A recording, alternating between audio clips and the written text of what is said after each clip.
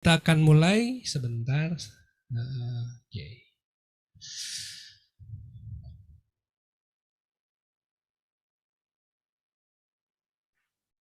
Oops.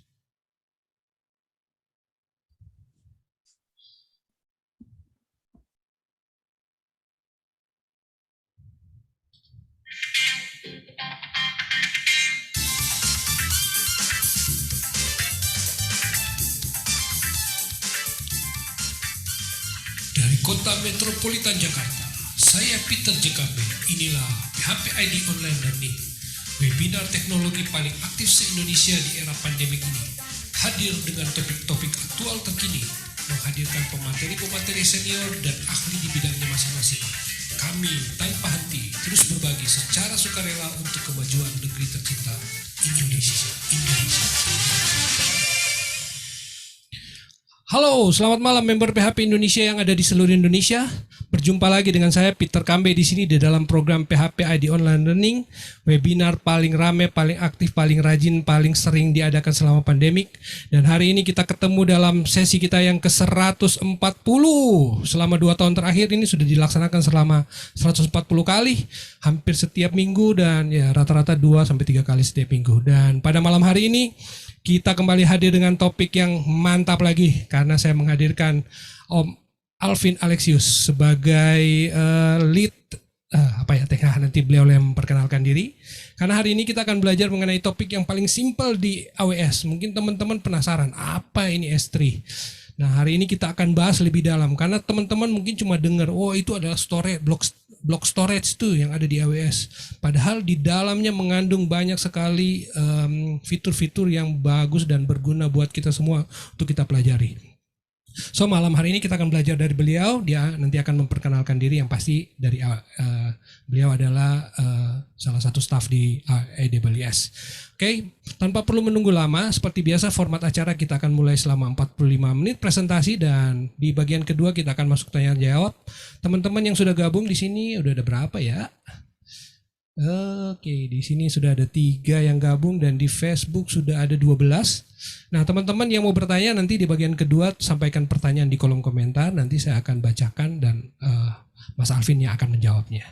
PHP ID Online Learning terselenggara berkat kerjasama PHP Indonesia dengan Kodepolitan, Rumah Komunitas ID Cloud Host, Refactory, dan khusus untuk hari ini bersama dengan Block 71. So, tanpa perlu menunggu lama, kita akan segera mulai program PHP ID Online Learning. Waktu dan tempat saya serahkan ke Mas Alvin. Silakan Mas Alvin. Ya, terima kasih Pak Peter. Oke, mungkin saya tes untuk share screen dulu nih. Kira-kira kelihatan nggak ya sama teman-teman? Perfecto. Oke, sip.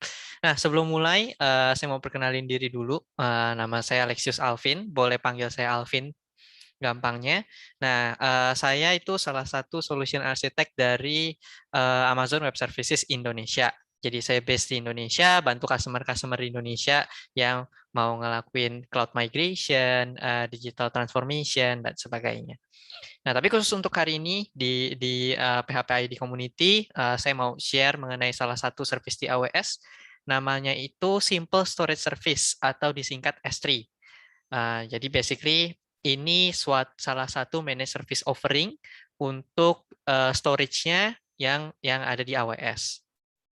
Nah, untuk agenda materi yang saya akan share pada hari ini, sebenarnya saya akan jelasin dulu pertama apa sih Simple Storage Service ini, apa sih S3. Nah, habis itu kapan sih kita bisa pakai S3 ini, waktunya yang tepat seperti apa. Mungkin saya akan sentuh beberapa relevant information buat teman-teman yang mungkin develop melalui pakai PHP juga. Nah, habis itu ada beberapa fitur yang menurut saya penting juga nih buat teman-teman supaya tahu berdasarkan use case tertentu. Sama nanti bagian additional resources saya akan bahas lebih banyak ke arah PHP gitu. Nah, jadi pertama kita masuk ke topik apa sih S3 itu. Nah, jadi kalau kita ngomongin jenis-jenis storage nih di AWS gitu ya, kita mungkin bisa mulai dengan pertama block storage, di mana kayak kita bisa bilang kayak Sun Storage nih. Intinya kita punya server, ada storage yang directly attached ke server kita bisa akses. Itu biasanya kita bilangnya block storage. Nah, tapi ada juga di mana storage yang dikonfigure sebagai NAS, itu ada shared storage dan diakses sama multiple service. Mungkin kita bisa bilang juga file storage. Biasanya dikonfigurasi misalnya pakai NFS atau Windows File Server, itu bisa diakses melalui NFS atau SMB protokol kayak gitu. Nah, tapi ada satu tipe lagi nih kalau misalnya kita ngomongin di AWS, yaitu object storage. Nah, object storage ini kita aksesnya nggak melalui spesifik protokol, kita aksesnya melalui API atau HTTP atau HTTPS kayak gitu. Nah, mungkin sebelum kita lanjut nih, supaya teman-teman dapat lebih jelas gambaran mengenai Simple Storage Service ini atau S3 ini apa, saya mau jelasin konsep yang paling dasarnya. Jadi mungkin kalau teman-teman lihat di sini, ini mirip kayak file directory kayak gitu ya, cuman depannya beda nih. Depannya ada S3, habis itu titik 2, slash sisanya belakangnya kayak kita nge-manage file directory kita biasa. Nah, cuman kalau di S3 itu kita nggak bilang sebagai folder. Jadi pertama kita construct yang paling besarnya, kita bilang bucket. Nah, nanti dari bucket tersebut kita bisa akses, lalu kita bisa bikin prefix. Nah, prefix ini mungkin kalau divisualisasikan itu bisa dibilang juga seperti folder. Kita simpan di specific partition atau di partisi tertentu. Nah, setelah kita tentuin partisinya, itu kita terserah kita mau bikin satu partisi berdasarkan ID customer, berdasarkan tanggal, berdasarkan misalnya nama perusahaan, itu bisa kita pisahkan. Nah, habis itu nanti di belakang baru ada actual object name-nya. Nah, tapi gabungan dari prefix dan nama objek tersebut biasanya di S3 kita sebut dengan object key. Kayak gitu. Nah, lalu kita udah ngerti nih fundamentalnya, habis itu bahwa S3 itu object storage. Sebenarnya diaksesnya seperti apa sih? Yang saya maksud dengan API itu apa sih? Nah, jadi ada 3 cara besar. Pertama, S3 itu kita bisa akses melalui AWS Management Console nih, atau dengan UI-nya. Nah, kalau teman-teman lihat di bagian sini, mungkin tulisannya kalau nggak terlalu kelihatan, nggak masalah. Jadi kita bisa taruh file atau objek dengan file extension apapun. Prefix-prefixnya yang udah kita bikin akan divisualisasikan dalam bentuk folder. Tapi kita bisa ngelakuin berbagai macam operation seperti delete, copy, atau bahkan upload objek baru. Nah, itu melalui UI, AWS Management Console. Ini cara pertama. Nah, lalu cara kedua ada melalui CLI nih. Kalau misalnya teman-teman familiar sama CLI-nya Linux, mungkin kalau kita mau pindahin files, kita pakai MV, kita mau copy files, kita pakai CP. Nah, AWS sendiri menyediakan AWS CLI, di mana kita bisa ngejalanin S3 command. Itu jadi kalau kelihatan di sini, jadi komennya itu AWS S3 CP copy. Nah, kita bisa langsung copy nih, kita langsung pilih dari local directory kita. Jadi // habis itu kita spesify namanya. Nah, habis itu kita copy ke directory S3. Kita kasih S3.2//. Nah, habis itu kita specify nih prefixnya sama kayak yang sebelumnya tadi saya udah jelasin. Nah, begitu juga kalau kita mau download. Jadi kalau kita mau copy itu dari // habis itu kita copy ke S3. Nah, kalau misalnya kita mau download, kita tinggal balik aja. Jadi yang directory S3-nya kita taruh di depan, lokal directory-nya kita taruh di belakang. Lalu mau di-download filenya sebagai namanya apa. Kita bisa specify. Nah, itu cara kedua melalui CLI. Lalu ada juga kalau misalnya teman-teman mau akses secara programatik nih. Programatik, AWS nyediain SDK juga buat PHP. Nah, jadi kalau mau diintegrasiin ke existing application atau bahkan mau bikin completely new application gitu ya, pakai service-service-nya AWS, kita bisa komunikasi pakai SDK juga gitu. Nah, jadi ini kalau misalnya udah ada library-nya atau SDK-nya, tinggal di-initiate client-nya, habis itu kita, ini contohnya basically kode PHP untuk nge-upload objek apapun itu ke S3. Kayak gitu. Nah, tapi nanti contoh-contoh kodenya sebenarnya lebih banyak. kalau ada waktu lebih, mungkin saya bisa bisa go through beberapa example code kayak gitu. Nah, lalu kalau misalnya nih sekarang kita kita udah tahu konsep awalnya bahwa S3 itu object storage, konsep fundamentalnya juga kita udah ngerti bahwa dia ada prefix instead of folders. Habis itu cara aksesnya ada 3 cara. Datanya tersimpannya seperti apa sih? Apa bedanya sama kita pakai block storage atau misalnya file server kayak gitu. Nah, kalau misalnya block storage otomatis kita letaknya ada di dalam hard disk gitu ya. Kalau misalnya kita bikin file server atau file storage itu ada di external storage nih dari existing server kita gitu atau beda beda tempat dari aplikasi kita. Nah, kalau S3 datanya itu disimpan ke multiple tempat. Nah, sampai kita bilang kalau misalnya dari sisi AWS ditanya durability-nya berapa sih datanya, itu 11.9 atau 99,999 sampai ada 11% untuk durability-nya. Nah, dicapainya seperti apa? Nah, jadi kalau kita ngomongin, kita punya file nih, habis itu kita bikin multiple copy dalam satu data center. Sebenarnya buat misalnya backup gitu ya, jangan sampai ada yang hilang. Nah, itu kita masih bilangnya 99,99% durability.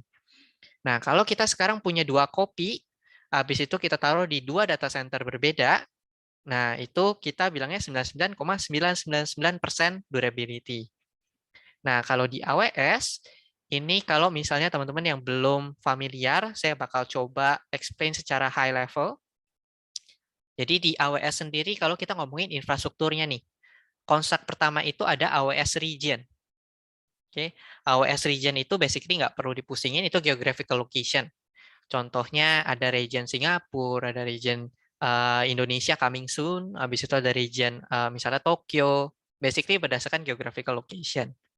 Nah, di masing-masing region itu akan ada 3 yang namanya 3 availability zone atau lebih.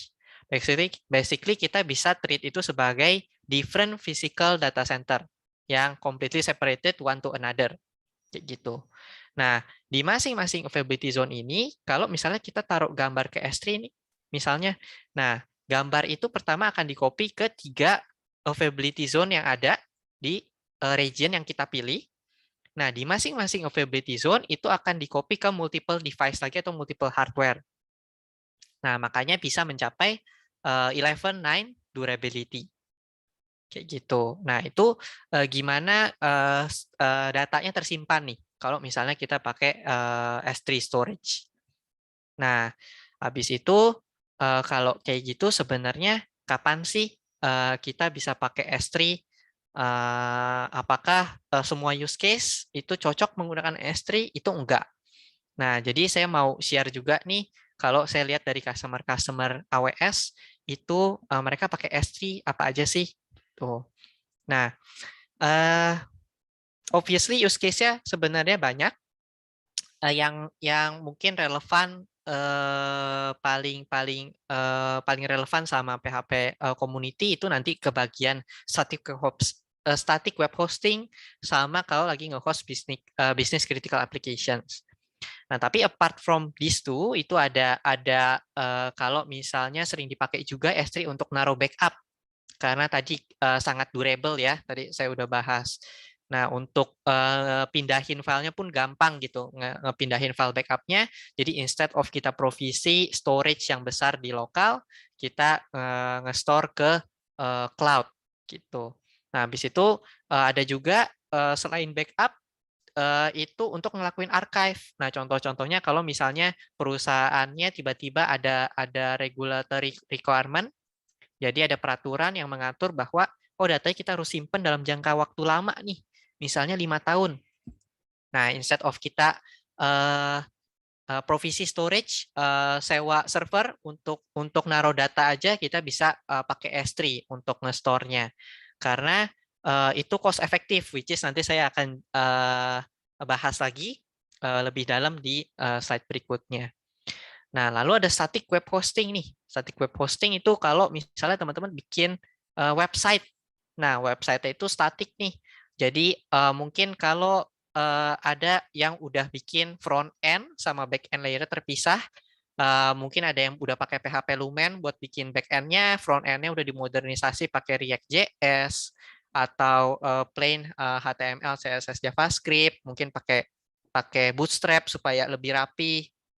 Nah, itu front end-nya basically bisa biasanya kalau misalnya udah pakai React.js atau framework yang mirip kayak Angular, itu kalau di-compile datanya itu jadi pure HTML, CSS, JavaScript, basically static asset. Nah, mereka ini yang ngejalanin in the end itu bakal browser dari usernya yang mengakses websitenya. Nah, untuk jenis-jenis website yang udah seperti ini, itu kita bisa store nih website filesnya di S3. Habis itu kita open ke public supaya bisa diakses websitenya. Kayak gitu. Nah, itu kalau misalnya kita pakai untuk static web hosting. Nah, habis itu ada juga kalau untuk business critical application nih. Contohnya mungkin yang masih kalau ada saya sering lihat mungkin ada website e-commerce, ada website news platform kayak gitu. Nah, masih dibuatnya mungkin pakai WordPress atau Lemstack. Nah, mungkin yang paling saya sering dengar juga mungkin frameworknya sering dipakai PHP Laravel, di mana masih render HTML code pakai PHP. Nah, itu juga tetap bisa diintegrasiin. Bukan berarti harus static files. Nah, kita bisa ngeintegrasiin misalnya untuk ngetaruh media-media media-media asetnya seperti gambarnya atau mungkin ada file yang kita mesti serve dari aplikasi kita. Nah, instead of kita nge-provisi server yang besar untuk menampung file-file atau image ini, kita bisa pakai S3. Kenapa? Supaya terpisah nih storage-nya sama kan basically kan untuk nge-serve storage untuk nge-serve file tersebut kita nggak perlu compute power kayak gitu. Nah, itu kita bisa offload ke S3. Jadi server kita juga kerjanya nggak berat, kita bisa turunin size servernya kayak gitu. Nah, on top of it juga ada beberapa customer yang pakai untuk data analitik. Data analitik, jadi mereka ngelakuin ETL proses untuk generate insight buat bisnis usernya, kayak gitu. Nah, lalu berikutnya kita udah bahas jadi use case-nya apa sih yang cocok buat S3 secara garis besar. Nah, habis itu saya juga mau bahas nih sebenarnya kenapa sih use case ini akhirnya dipilih sama customer AWS bahwa ini itu cocok untuk pakai S3. Nah, jadi saya mungkin di awal akan bahas beberapa fitur yang fokus ke arah backup restore sama archiving. Nanti di belakang baru saya bahas beberapa fitur yang menurut saya relevan dan cocok juga buat kalau misalnya kita mau ngelakuin static web hosting atau bahkan integrasi S3 ke PHP application kita gitu. Nah, jadi pertama mungkin yang dari tadi saya udah bilang gitu ya, kenapa sih cost efektif. Nah, mungkin kan relevan. Nah, jadi saya mau share aja nih. Jadi di S3 ini sebenarnya ada offer multiple storage class, tergantung dari seberapa sering data kita diakses. Yang paling mahal itu 0,025 US dollar per gigabyte per bulan. Dengan kata lain, kalau kita nyimpen let's say 1 gigabyte file secara penuh, 1 bulan penuh di S3, itu kita bayar sekitar 375 perak per gigabyte-nya. Kayak gitu. Nah, storage ini ada multiple sampai kalau kita misalnya butuhnya itu hanya untuk ngegantiin tab software kita untuk ngelakuin archiving. Itu ada yang di paling kanan, Glacier Deep Archive. Itu kita bisa simpen data sebesar 1 terabyte hanya dengan harga 2 US dollar per bulannya. Kayak gitu. Nah, tapi dengan catatan waktu untuk ngedownload untuk nge-restore filenya itu dibutuhkan waktu sekitar 12 jam sampai 48 jam. Kayak gitu sebelum filenya bisa kita download. Nah, jadi pilihannya sebenarnya ada banyak. tergantung seberapa sering kita ngeakses. Basically dari kiri ke kanan itu dari segi storage-nya, biayanya itu akan semakin berkurang. Nah, tapi dari segi retrieval-nya atau waktu kita ngedownload filenya atau kita mau mengakses filenya akan ada biaya tambahan kalau kita pindahin objek kita dari satu kelas ke kelas lain. Kayak gitu. Jadi mulai dari standar, habis itu ada intelligent tiering, nanti saya akan bahas lebih dalam di slide berikutnya. Terus ada standar infrequent access, itu basically yang udah mulai jarang diakses filenya, tapi kita masih perlu mengakses file tersebut dalam latency yang kecil kayak gitu, beberapa milisecond itu masih bisa. Nah, habis itu Glacier sama Deep Archive itu udah lebih ke arah backup dan archival. Nah, berikutnya, jadi otomatis kan nanti teman-teman jadi mesti milih nih, storage kelasnya yang mana sih yang cocok buat kita. Nah, kalau misalnya use case-nya seperti kayak ada yang manage news portal, kayak gitu. Di satu sisi, mungkin news-news yang baru dipublish diaksesnya sering, kayak gitu. Tapi kalau news-news yang udah lama kan kita belum tentu bakal diakses lagi. Tapi di satu sisi kita nggak mungkin delete, bisa aja tiba-tiba 2 bulan kemudian, 3 bulan kemudian, itu tiba-tiba newsnya viral lagi, akhirnya bakal diakses lagi. Nah, di AWS itu ada, kita bisa taruh namanya di intelligent tiering. Nah, dia secara otomatis itu pindahin objek-objeknya atau aset-aset kita yang kita udah taruh di S3 itu between storage class based on kapan terakhir kali dia diakses. Gitu. Nah, itu mulai dari yang standar. Nah, kalau misalnya ternyata objek itu udah nggak diakses selama 30 hari, itu dia akan secara otomatis dipindahin ke yang infrequent access nih buat nge-save cost. Nah, ada fitur baru juga, itu baru aja rilis di tahun ini. Itu intelligent tiering ini support untuk archival juga. Jadi kita bisa enable kalau misalnya kita mau nge-allow intelligent tiering pindahin data kita ke archival tier atau deep archive tier. Nah, itu kita bisa set nih kapan dipindahin ke archive-nya. Jadi archive storage itu basically data kita atau objek kita bakal bisa diakses dalam waktu 3 sampai 5 jam. Nah, kalau deep archive tadi saya udah mention itu 12 sampai 48 jam. Nah, kita bisa specify apakah setelah 60 hari atau misalnya setelah 3 bulan kita pindahin ke archive, nanti baru setelah 3 bulan nanti baru masukin ke deep archive kayak gitu. Nah, in the best case scenario, misalnya nih ternyata objek kita secara kita nggak aware gitu ya, ternyata itu nggak diakses sampai 6 bulan nih gitu. Habis itu udah dipindahin ke deep archive. Nah, saving cost yang bisa kita dapat perbedaan harganya antara yang standar sama deep archive itu sekitar 90%. Gitu. Jadi kita bisa nge-save quite big gitu. Nah, biaya tambahannya untuk dimasukin ke intelligent tiering ini itu hanya $2,5 per 1.000 objek. $2,5 per 1 juta objek. Jadi monitoring fee-nya lumayan kecil gitu. Nah, tapi gimana kalau kasusnya bukan news media portal, tapi untuk backup nih, di mana kita udah punya nih dari company kita bahwa backup policy-nya udah ada. Pokoknya setelah 3 bulan sekali, kita mau pindahin ke yang cold storage, atau karena kita nggak boleh delete karena regulatory requirement, kita setelah 9 bulan itu kita pindahin ke yang archive kayak gitu. Jadi udah tahu persis nih. Nah, instead of pakai intelligent tiering, ada additional cost-nya, kita bisa pakai life cycle rules. Nah, di mana life cycle rules ini kita bisa define bahkan nggak cuman between storage classes, tapi kapan objek itu akan di-delete. Gitu. Bahkan sampai expiration, kita bisa specify itu pakai yang namanya S3 life cycle rules. Tuh. Nah,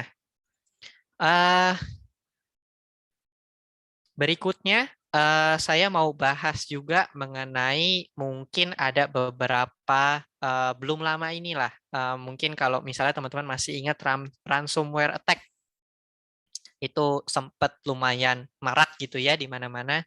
Nah, kalau kita taruh objek di S3, sebenarnya ada yang bisa bantu. Itu S3 versioning namanya. Nah, S3 versioning itu basically bisa nge-protect objek kita atau data kita kalau misalnya secara nggak sengaja ke-delete.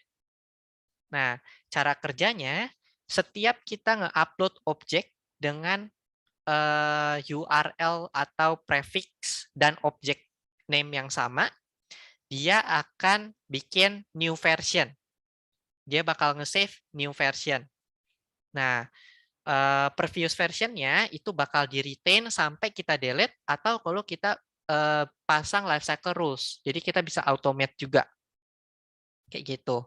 Nah, obviously kita tetap bisa nge-akses objek kita dengan specific version. Nah, apa sih yang nge-protect kita dari kenapa sih fitur ini nge-protect dari ransomware attack? Karena kalau ransomware attack, kalau kita lihat nih, biasanya yang dilakukan pertama objeknya di-download sama mereka, habis itu objeknya di-encrypt sama mereka supaya kita nggak bisa akses, habis itu original objeknya mereka akan delete. Nah, kalau di S3 versioning, kalau misalnya objek di-delete, itu yang dilakukan sama S3 adalah nge-put marker. Atau dengan kata lain di diagram ini itu yang warna merah nih. Dia hanya pasangin marker bahwa objek ini udah di-delete kayak gitu. Nah, kalau kita nge-request objek tersebut tanpa kita specify version ID-nya nih yang ada di masing-masing version, dia akan return 404, nggak ketemu objeknya karena ada delete markernya nih. Nah, tapi di satu sisi, kalau kita specify objek versionnya, kita bakal tetap bisa nge-retrieve objek atau misalnya backup gitu ya di versi sebelumnya. Jadi basically data kita nggak hilang walaupun itu udah di download sama yang oknum-oknum ransomware ini. Kayak gitu. Nah, ditambah lagi, kalau misalnya datanya sensitif, mungkin bisa ditambahin dengan encryption, supaya walaupun di-download sama mereka, sama oknum tersebut, itu mereka pun nggak bisa baca filenya. Nah, jadi istilahnya dari sisi kita, kalaupun mereka dapat datanya, kita nggak perlu pusing lagi, karena kita udah punya backup-nya. Kayak gitu. Nah, lalu berikutnya, nah ini sebenarnya sampai sini itu adalah fitur-fitur kalau misalnya use case-nya buat backup atau archival, itu cocok nih fitur-fiturnya tadi mulai storage classes-nya banyak, kita bisa pilih gitu ya buat cost yang dari sekitar 375 perak per gigabyte sampai hanya $2 per 2 terabyte kayak gitu. Habis itu ada buat nge-automasinya juga pakai lifecycle rule atau bahkan pakai intelligent tiering. Nah, habis itu kalau misalnya takut sama datanya secara nggak sengaja ke-delete, itu bisa enable S3 versioning. Nah, berikutnya saya bakal coba bahas ke use case teman-teman yang lagi buat aplikasi menggunakan PHP nih. Nah, mungkin ada namanya, kalau kita bikin website, mungkin kan kita nge-refer suatu image ya. Image-nya itu kita bisa taruh di S3. Nah, habis itu S3-nya kita bikin accessible dari public, kita langsung bisa nge-akses gambarnya melalui URL yang warna oranye ini nih. Jadi basically kita tentuin objek name-nya apa, kita simpan sebagai namanya apa, kita bisa langsung akses melalui endpoint tersebut atau nama bucket-nya kayak gitu. Terus kita slash, habis itu objek key-nya. Nah, tapi kan ada kasus-kasus nih kalau kita bikin aplikasi pakai PHP, habis itu user-usernya ada yang paid content. Jadi kalau mereka subscribe, mereka bayar, baru nanti akhirnya kita kasih akses ke spesifik atau other objects, atau mungkin kalau di news media kita baru kasih mereka akses ke certain article kayak gitu. Nah, itu ada namanya presign URL. Jadi objek S3 ini by default dia private, kita bisa buka jadi public. Nah, kalau private bukan berarti itu nggak bisa diakses sama sekali.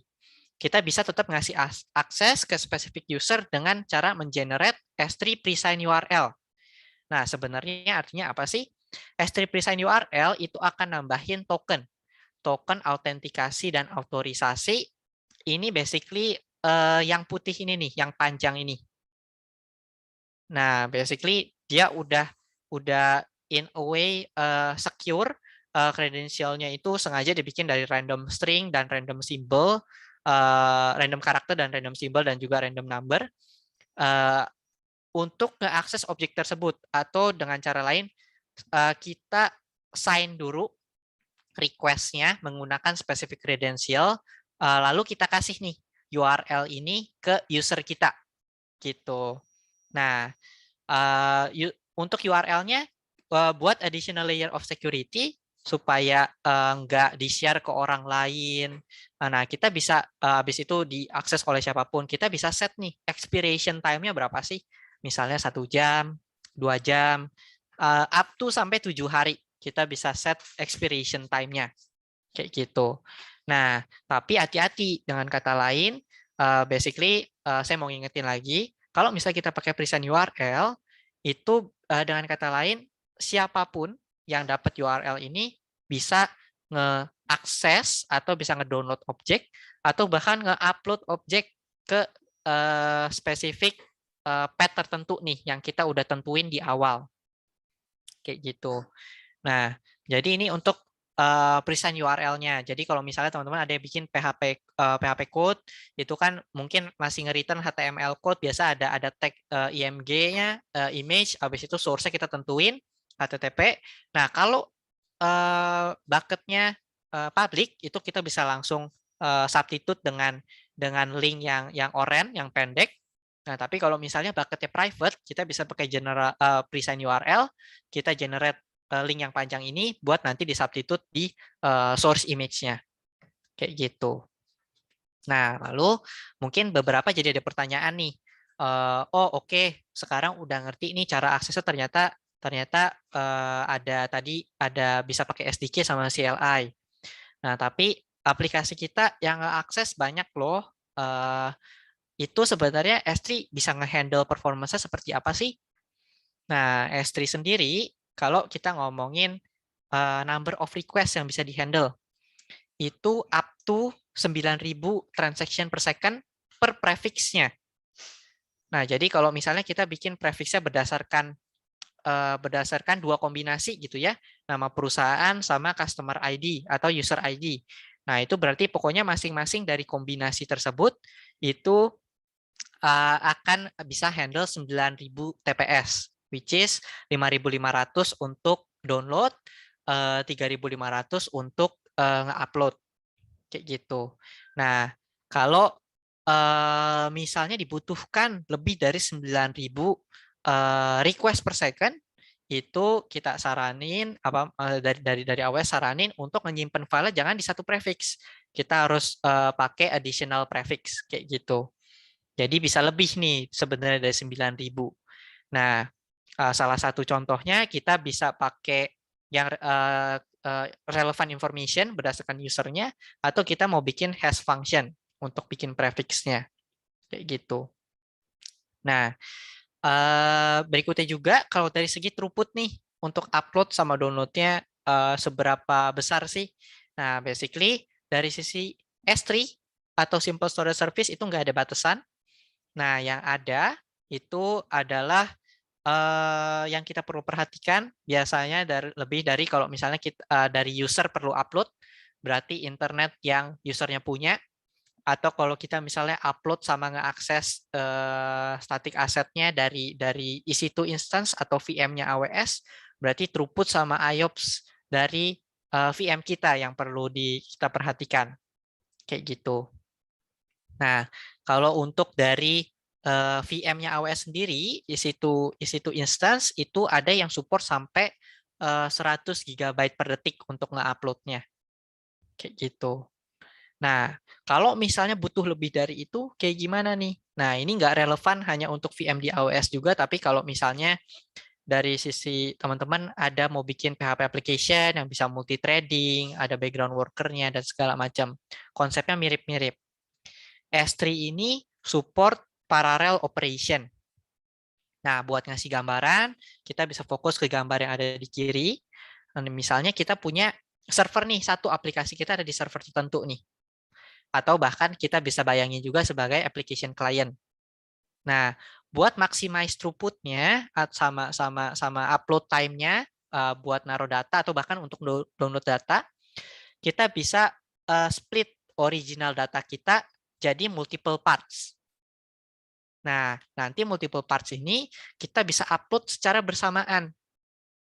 Kita specify, oh ini kita upload another part itu buat objek dengan ID 1 misalnya.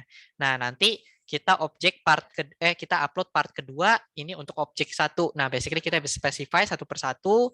Nah, itu nanti sama S3 itu bakal secara otomatis di-assemble atau digabungin gitu. Nah, habis itu ada juga additional kalau misalnya kita ternyata butuh lebih nih. Ternyata satu server itu tadi udah nyampe cap-nya nih, udah sampai 100 GB per detik. Another way juga instead of kita paralel dalam satu server aja, kita bisa bahkan pecah-pecah ini ke multiple server. Bisa aja kita punya server pertama itu untuk pecah data yang kita punya karena terlalu besar gitu ya, kita pecah ke 2 server berbeda. Nah, nanti masing-masing server itu nge-upload datanya ke S3. Nah, begitu juga application kita nih. Misalnya let's say kita mau nge-upload yang gambarnya suatu gambar gitu, gambarnya resolusi tinggi gitu ya, 4K picture. Nah, itu basically nanti kita bisa proses di baik local application atau misalnya ada background worker lagi itu secara asinkronus itu ngepecah gambarnya jadi kecil-kecil, habis itu upload satu persatu kayak gitu. Nah, dari segi untuk use case bikin apa istilahnya integrasi dengan aplikasi. Nah, itu basically fitur-fiturnya itu. Nah, berikut saya mau share juga mengenai security nih. Jadi dari segi performance tadi udah saya bahas juga, dari segi durability juga kita udah ngerti. Habis itu dari segi beberapa fitur yang bisa apa istilahnya nge-protect dari ransomware juga kita udah bahas. Kalau kita mau akses secara public itu S3 possible untuk dilakuin, atau kalau misalnya secara private kita masih tetap bisa ngasih VIP access lah istilahnya untuk user application kita dengan pakai present URL. Nah, tapi kalau kita ditanya nih sebenarnya security fitur di AWS apa aja sih? Jadi by default S3 itu ngeblok public access.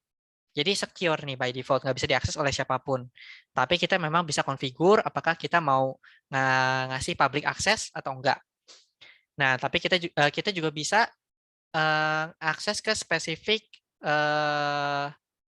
IAM user atau dengan kata lain ini istilahnya fitur autentikasi sama otorisasi buat user-user yang punya akses ke AWS Management Console. Nah, itu kita bisa ngasih akses ke mereka pakai make sure best practice itu kita ngasih akses sesuai kebutuhan. Misalnya nanti yang akses selain yang akses file kita itu dari user application, kalau kita pakai juga untuk misalnya untuk naruh backup nih. Nah, backup itu kan sebenarnya nggak perlu diakses sama semua orang. Backup itu misalnya hanya boleh diakses oleh tim infra atau misalnya diakses sama tim developer yang mereka tahu nih timestamp untuk nge-restore-nya itu apa. Nah, itu kita bisa manage akses di IAM kayak gitu. Nah, kita juga kalau misalnya karena tadi publicly accessible, kita bisa set up hanya SSL request yang boleh dilakuin ke bucketnya, kita bisa specify itu. Nah, kita bisa specify otorisasi ini atau permission ini baik kalau misalnya kita mau restrict aksesnya melalui tadi masing-masing tim gitu. Jadi kita restrict aksesnya berdasarkan IAM, berdasarkan role job kita atau misalnya role dari customer, atau kita mau nge-restrict aksesnya berdasarkan objek. Oh, kita lebih fokus bahwa yang kita specify policy-nya itu objek A itu hanya bisa diakses oleh user-user yang ngeakses S3-nya melalui SSL connection. Atau kalau misalnya objek tersebut bisa diakses hanya kalau request-nya dilakukan melalui multi-factor authentication. Nah, ini ada namanya bucket policy. Jadi kita ngasih permission-nya instead of user ini punya permission untuk mengakses objek apa, kita specify dari sisi bucket level-nya nih, bucket S3-nya. Pokoknya objek-objek yang di dalam bucket ini itu bisa diaksesnya seperti apa, kayak gitu. Nah, begitu juga kalau misalnya kita buka website-nya ke public access nih, kan otomatis kita pengen tahu, misalnya kalau kita punya e-commerce website, kita pengen tahu, oh sebenarnya produk apa sih yang paling sering dilihat sama user kita, gitu. Nah, itu kita bisa nyalain namanya S3 access log juga, supaya kita dapat lognya nih, objek-objek apa yang diakses, berhasil atau enggak, kayak gitu. Habis itu kita bisa nge-audit juga perubahan-perubahan yang dilakuin ke S3 bucket kita. Nah, tadi saya juga udah sempat mention waktu saya bahas S3 versioning, bahwa S3 sendiri itu juga support client-side encryption ataupun server-side encryption. Nah, kalau server-side encryption berarti itu semuanya di-handle. Objek encryption-nya di-handle sama S3, kita juga nggak perlu pusing untuk nyediain additional resources untuk nge-encrypt filenya. Kayak gitu. Nah, ada beberapa fitur lain, tapi saya basically mau fokus yang saya orenin, basically menurut saya itu yang relevan. Ada juga VPC endpoint. Kalau misalnya kita pakai VM di AWS, itu kita bisa bikin networking construct kita sendiri, isolated dari customer-customer lain. Namanya VPC. Nah, kita bisa basically kita bisa nge-restrict S3 ini hanya bisa diakses melalui VPC endpoint tertentu, atau dengan kata lain hanya bisa diakses dengan environment server-server kita. Kayak gitu. Jadi dibikin private. Nah, ada juga kalau misalnya kita pakai CDN nih, misalnya untuk nge-serve konten. Nah, kita bisa nge-restrict juga bahwa S3 ini hanya bisa diakses oleh CDN tertentu. Kayak gitu. Nah, basically yang supaya kita bisa make sure bahwa objeknya kita hanya bisa diakses dari CDN. Gitu.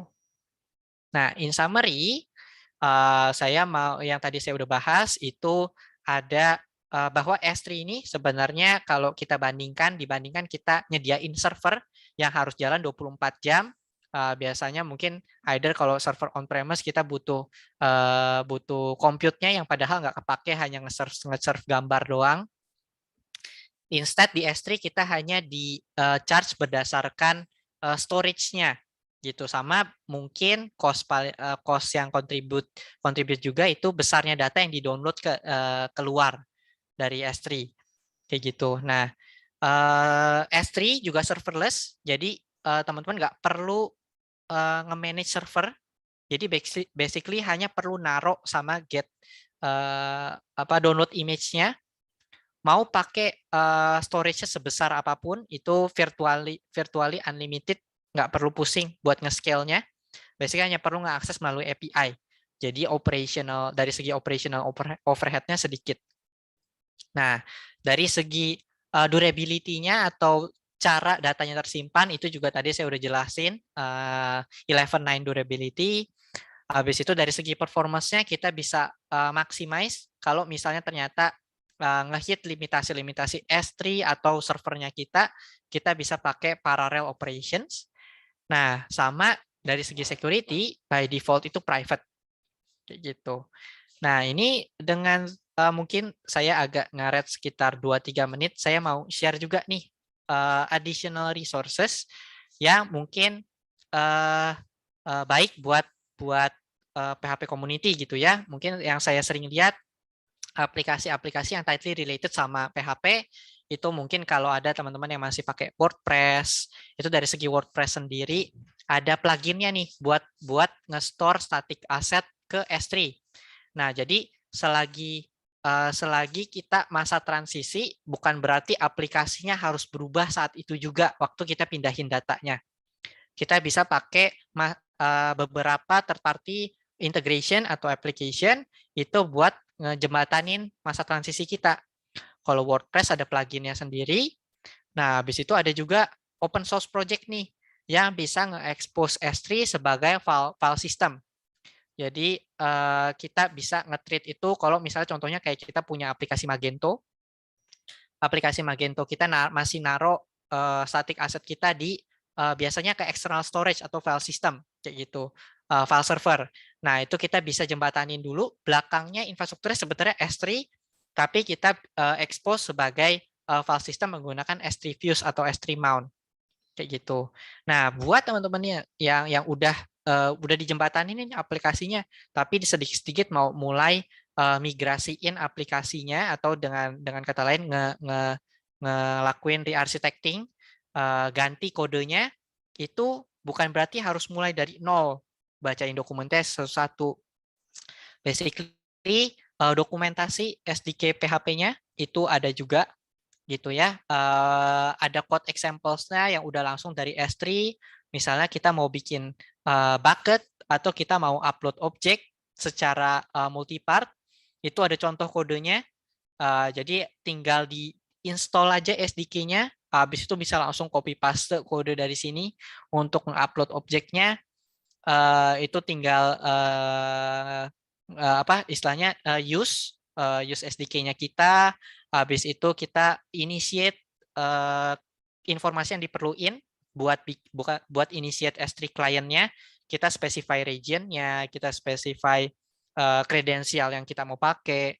Habis itu kita langsung tulis kodenya aja. Itu ada multi-part upload kayak gitu. Nah, lalu ada juga, tetapi di luar ini example-nya mungkin agak terbatas gitu. Tadi ada yang tentang presign URL juga, baik untuk download sama upload, ada contohnya juga cara generate-nya. Nah, PHP ada juga yang lebih banyak nih. Jadi link-link yang tadi ada di slide, ada code sampel-nya juga, PHP code example buat S3. Ini yang lebih komplit. Udah kalau misalnya teman-teman mau langsung pakai mulai dari multipart copy, multipart upload, multipart download, habis itu mau ngelakuin encryption. Nah, ini ada contohnya semua untuk nge-delete objek, itu juga ada. Tinggal di copy-copy kodenya. Kayak gitu. Nah, balik lagi ke presentasi. Nah, jadi basically kalau misalnya teman-teman interested sama additional sama presentasi ini, boleh langsung di-scan aja pakai HP. Nah, kalau misalnya HP-nya belum ada yang nggak bisa scan QR code, ini mungkin bisa di-screenshot dulu, nanti linknya bisa dibuka juga. Saya udah filenya ini saya taruh di S3 juga. Jadi kalau misalnya teman-teman download, ini basically download dari S3, habis itu saya frontingin pakai CloudFront atau CDN-nya AWS. Kayak gitu. Nah, untuk CLI-nya saya juga udah taruh reference-nya, sama ada additional resources kalau misalnya teman-teman interested buat explore lebih dalam, yang lebih advance gitu ya, mengenai performance sama security-nya, itu ada step by step lab-nya atau guide-nya, kayak gitu. Nah, sebenarnya sekian presentasi dari saya. Mungkin saya serahkan lagi ke Pak Peter ya, untuk ininya. Sip. Wah, Pak Peter Kasihan masih. Mas Alvin jadi Ya. buru-buru. Nggak apa-apa kok, lanjut aja. Sini Gak mah apa-apa, bebas. udah cukup. Cukup ya? Yakin? Cukup. Ya. Topiknya menarik soalnya. Saya jadi penasaran nih teman-teman. Saya bikin polling nih di FB Live. Berapa banyak yang sudah pakai AWS atau sekurang-kurangnya S3 ini? Yang jawab ada berapa ya? Wah, baru 2 nih. 3 nih.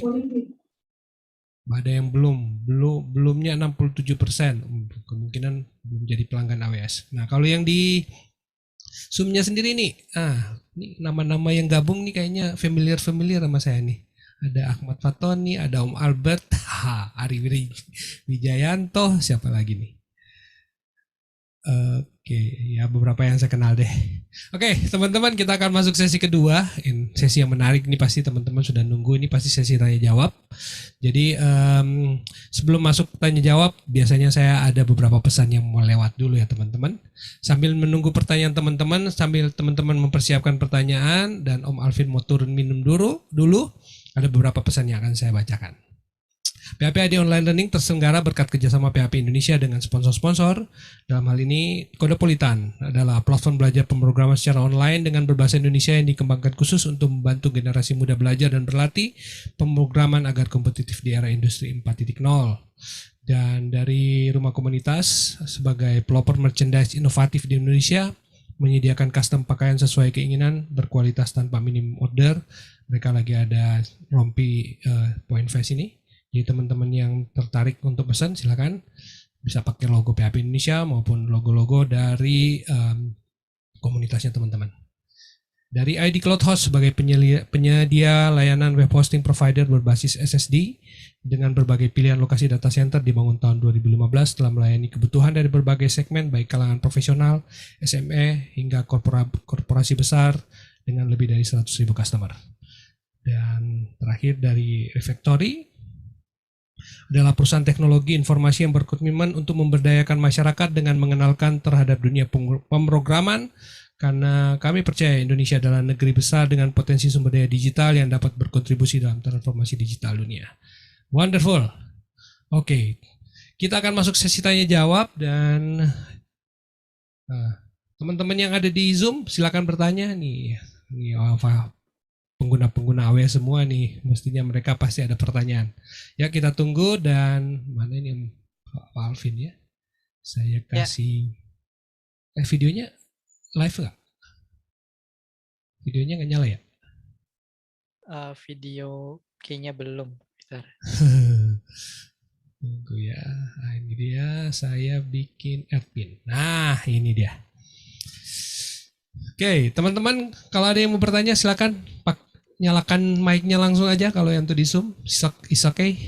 Sambil saya nanya-nanya sedikit memang. Kebetulan ya saya juga pengguna AW sih Om Alvin, jadi agak make-make. Jadi memang selama ini asik lah pakai S3 dan saya juga baru tahu ada press sign URL itu tadi. Iya. Karena saya selama ini proteksinya hanya pakai course ya. Nah, course untuk domain yang selama ini ya cara saya itu cukup aman, tapi memang kebuka terus. Cuma memang enaknya itu kalau pakai course nggak bisa diakses dari luar domain dari kan begitu. Dari domain lain ya betul. Ya itu salah satu untuk memproteksi juga. Kalau misalnya ada kita punya website, habis itu S3 kan memang dengan kata lain dia different domain ya. Nah itu kita bisa restrict ke domain aplikasi kita. Kalau misalnya dari image-nya mau di-refer kayak gitu. Oke. Dari S3-nya sendiri boleh nggak sih sebenarnya kita ganti domainnya misalnya jadi domain kita sendiri? Bisa. Nah kita bisa pakai misalnya kita mau bikin domain kita sendiri, kita udah punya ada domainnya, ada DNS service-nya, kita tinggal bikin si name record-nya aja gitu ke S3 kita. Nah jadi boleh banget kalau misalnya mau diganti supaya custom sesuai kita ya gitu. Oke. Harus pakai root 53 atau bisa pakai DNS yang lain? Oh, boleh pakai yang lain dong. Jadi bebas. S3 Bebas ini ya? bisa kayak Lego block lah, Pak. Gitu. Bukan berarti kalau misalnya mau pakai S3 harus pakai servernya AWS, harus pakai CDN-nya, itu enggak. Gitu. Oke, perfect. Wah, mantap. Itu berapa tadi ya? 9-nya berapa tuh? 5 apa 7 ya? Berarti setahun itu cuma berapa menit kali dia bisa downnya? Berapa tadi 9-nya? 9-nya belakangnya? Ada 11, ya? Pak. Oh, 11. Wah, setahun hanya 10 detiknya jangan-jangan. Kalau 9 konversi ke 1 tahun itu berapa detik? Oke, jadi basically itu sebenarnya lebih ke arah durability, bukan availability, Pak. Jadi basically kalau kita naruh objek, mungkin kita naruh 1 juta objek gitu ya. Kalau kita translate setiap sekali dalam 10.000 tahun lah, mungkin ada yang either mungkin hilang atau korup gitu. Jadi sebenarnya sih bisa dibilang less likely banget buat data yang ditaruh di S3 itu bisa hilang sih kayak gitu. Sih. Oke, teman-teman yang di Zoom, Pak Albert mungkin mau nanya atau Mas Ari atau siapa lagi nih yang saya kenal-kenal nih. Silakan, open kamera, open video juga boleh kalau mau nanya. Kita masih ada waktu sekitar 5-10 menit lagi. Kalau yang di Facebook, ada yang nanya nggak nih? Mungkin sebelum, jadi habis 5 menit ini setahu saya bakal ada quiz ya Pak ya. Jadi Oh, ada quiz? kalau misalnya ada yang mau coba tanya-tanya sebelum kita actually quiz gitu ya, nanti udah nggak bisa nanya jawabannya lagi sih. Kuisnya Gitu. hadiahnya apa nih bocorannya nih?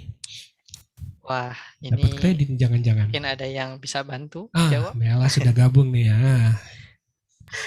Halo, selamat malam Hmm. semuanya. Iya, tadi benar Malam. banget kata Mas Alvin, kita bakal ada kuis dan bakal ada pokoknya hadiah menarik dari AWS juga. Mhm. Dan nanti untuk 3 orang pemenang yang dapat leaderboard paling atas nih bakal kita kirimin merch-nya. Nggak usah ngambil ke Block 71, nggak usah ngambil ke AWS, nggak usah ngambil ke Pak Peter, kita bakal anterin langsung ke depan rumah teman-teman semuanya. Ayolah mulai aja deh sekarang daripada mereka nggak nanya. Mulai aja deh Mel. Boleh Tapi boleh. bener ya, Sikat jangan- aja.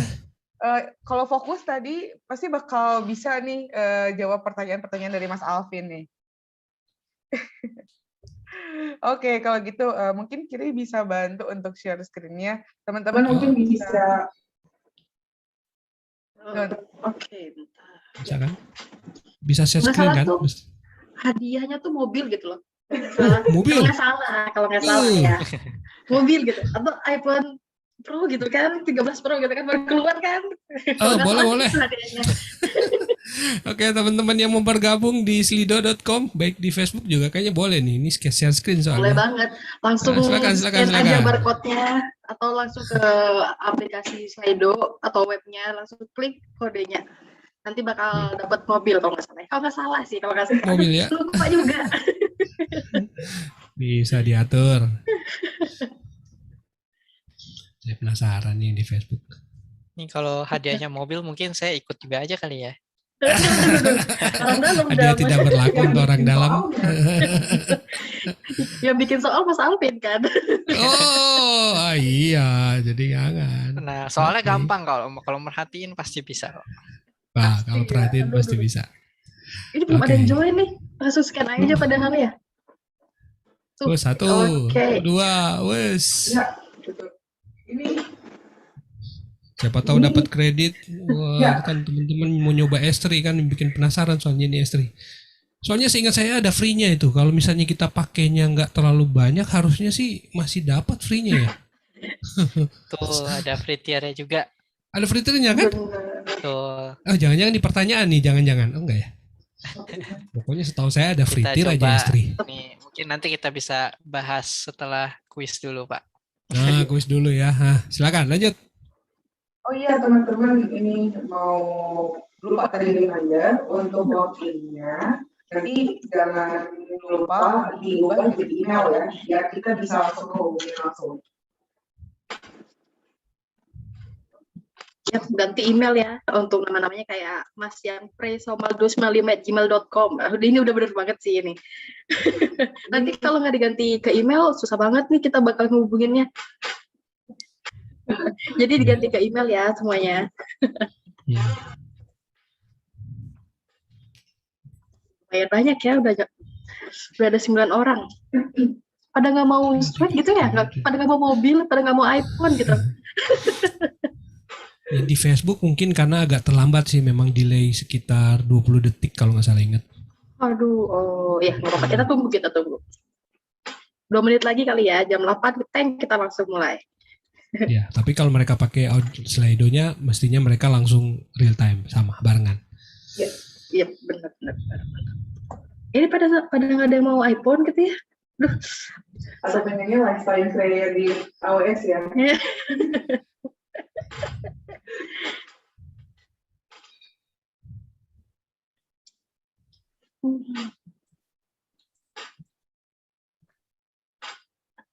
Nah, kayak gini. Duh kan pada diganti gitu kan, namanya ke email.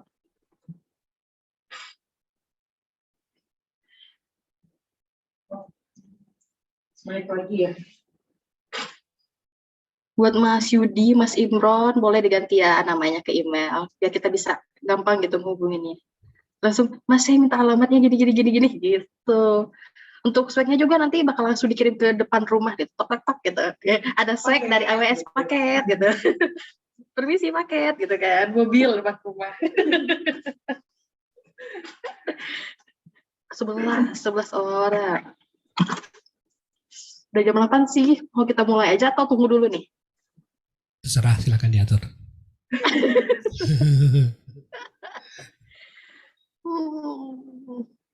Gimana Mela, mau kita mulai aja atau gimana nih?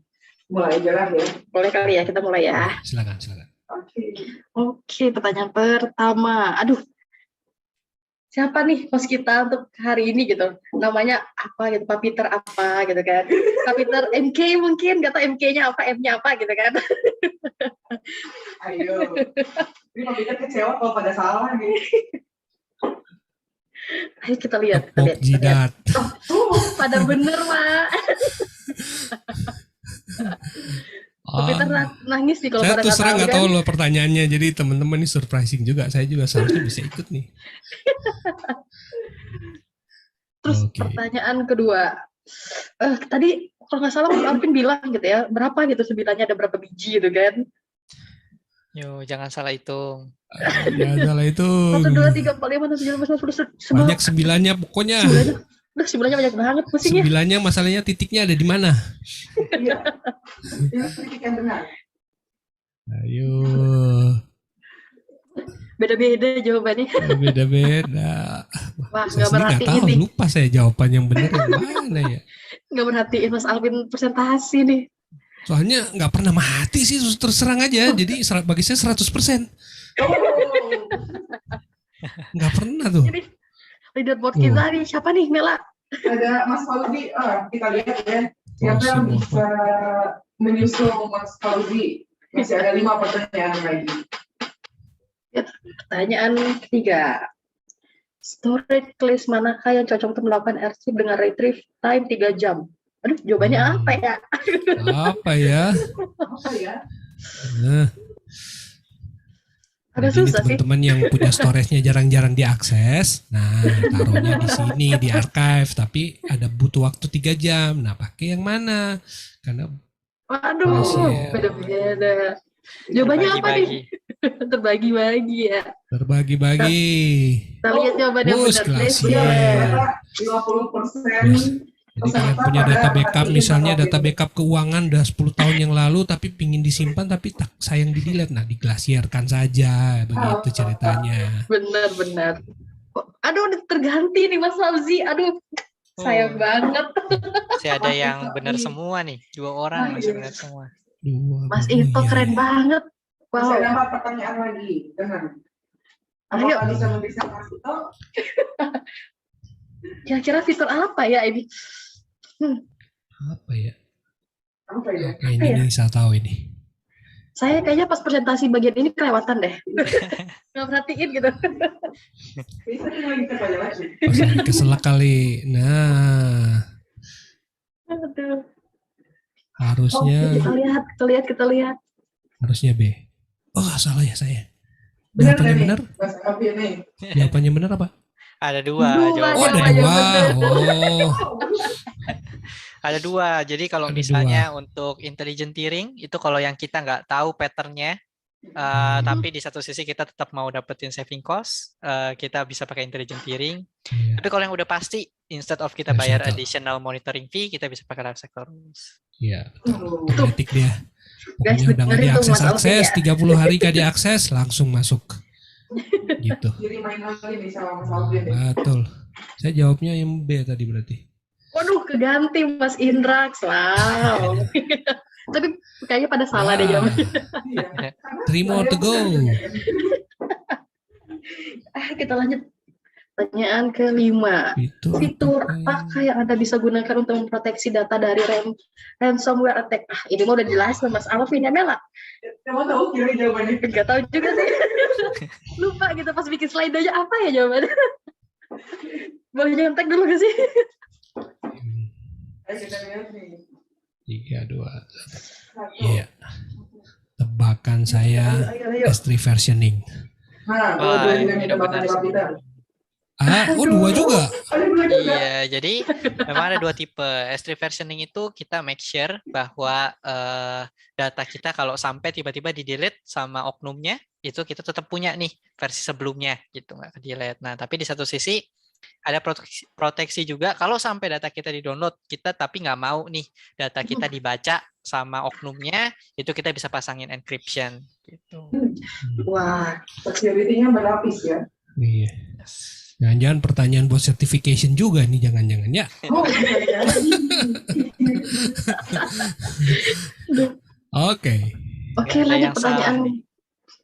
Oh, Iya. Mas Indra masih memimpin. Mas Indra bener nih jawabannya ini. Wow. Merhatiin pas Mas Alvin presentasi kayaknya nih. Duh. Lanjut pertanyaan ke-6. Itu ada apa yang bisa digunakan untuk mengakses S3? Aduh, apa ya Ada semua jawabannya? benar. Kok mencurigakan? Semua benar, jangan-jangan jawabannya. Iya. Ini mungkin ada salah typo nih, AWS SDK mestinya. Ada saya typo nih berarti. Ketahuan. Mohon maaf teman-teman. Jawabannya benar. Jawabannya Semua benar. Yes, kayaknya benar. Benar. Oh. Pinter semua nih. Oke. Waduh. Ini tadi ada yang komentar loh Mas Alvin di grupnya pengurus PHP Indonesia. Aduh, Mas Alvin katanya itu ini nih imut-imut di grup tadi. Saya bilang ya nggak tahu, saya umurnya masih ini kayaknya nih. Kalau nggak salah ada. Tebakan yang benar adalah Wah, ini saya juga nggak tahu nih jawabannya nih. Beda-beda. 22%. Dan yang benar adalah Saya juga nggak tahu sih. Mas Alvin umurnya berapa nih kira-kira? Gak ada yang benar sebenarnya. Umur saya tahun ini tuh 26. nggak ada yang benar. Padahal tebakan saya 17. Masih single nggak Om Mas Alvin? Masih single apa sudah ada? Enggak single. Masih Oh, sudah. enggak. Ya, Enggak penonton single. kecewa. Sayang banget teman-teman. jadi pertanyaan pribadi. Abisnya ada yang Oke. nanya, Mbak itu Mas Alvin umurnya berapa? Kok muda banget? Gitu ada yang nanya. Kan saya juga nggak tahu. Oke. Kalian ini, woi. Saya benerin semua sih, karena saya juga nggak Benar tahu. sih. Ternyata salah juga semua. Iya, padahal kemarin saya nebaknya tuh umurnya 17 gitu kan. Masih SMA gitu. Jauhan. Ada salam dari Mas Aprisah, mungkin Mas Alvin kenal kali. Oh, ya, kenal. Oke, wow. Oh, Mas Indra tetap memimpin. Keren.